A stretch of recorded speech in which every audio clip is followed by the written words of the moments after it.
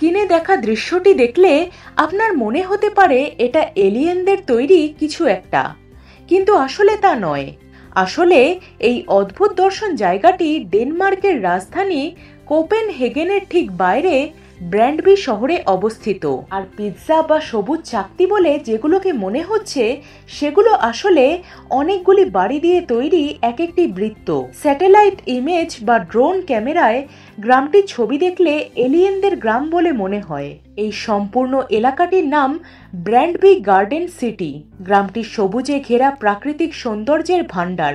গ্রামটিতে বাড়ি, ঘর, রাস্তা, গাড়ি, মানুষজন সবই আছে, শুধু নেই শহরের কোলাহল। সবুজ ঘেরা এই রূপকথার দেশের মতো গ্রামটির চারিদিকে আছে নিস্তব্ধতা আর সতেজতা।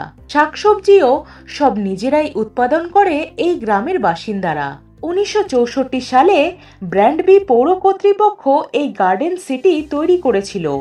আর এই বিশেষ বৃত্তাকার বিন্যাস বাড়িগুলো যার মস্তিষ্ক প্রসূত, তিনি হলেন এরিক মাইজেন্ডে। এরিক মাইজেন্ডেই এই শহরের স্থাপনা করেছিলেন।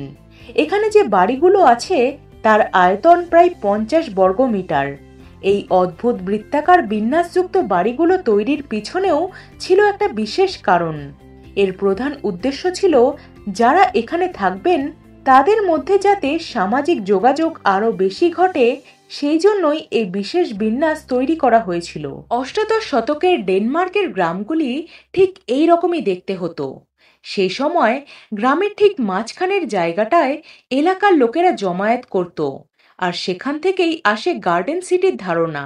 গার্ডেন সিটির এই বাড়িগুলি ভাড়াও দেওয়া হয়, মোটামুটি $150 দিতে হয় সেই জন্য। গরমের সময়টা অর্থাৎ এপ্রিল মাস থেকে অক্টোবর মাস পর্যন্ত বাড়ি ভাড়ার প্রচুর ডিমান্ড থাকে। গার্ডেন সিটির জমিও আপনি কিনতে পারবেন, তবে সেই জন্য গার্ডেন সিটি থেকে 20 কিলোমিটারের মধ্যে স্থায়ী ঠিকানা হওয়া বাধ্যতামূলক।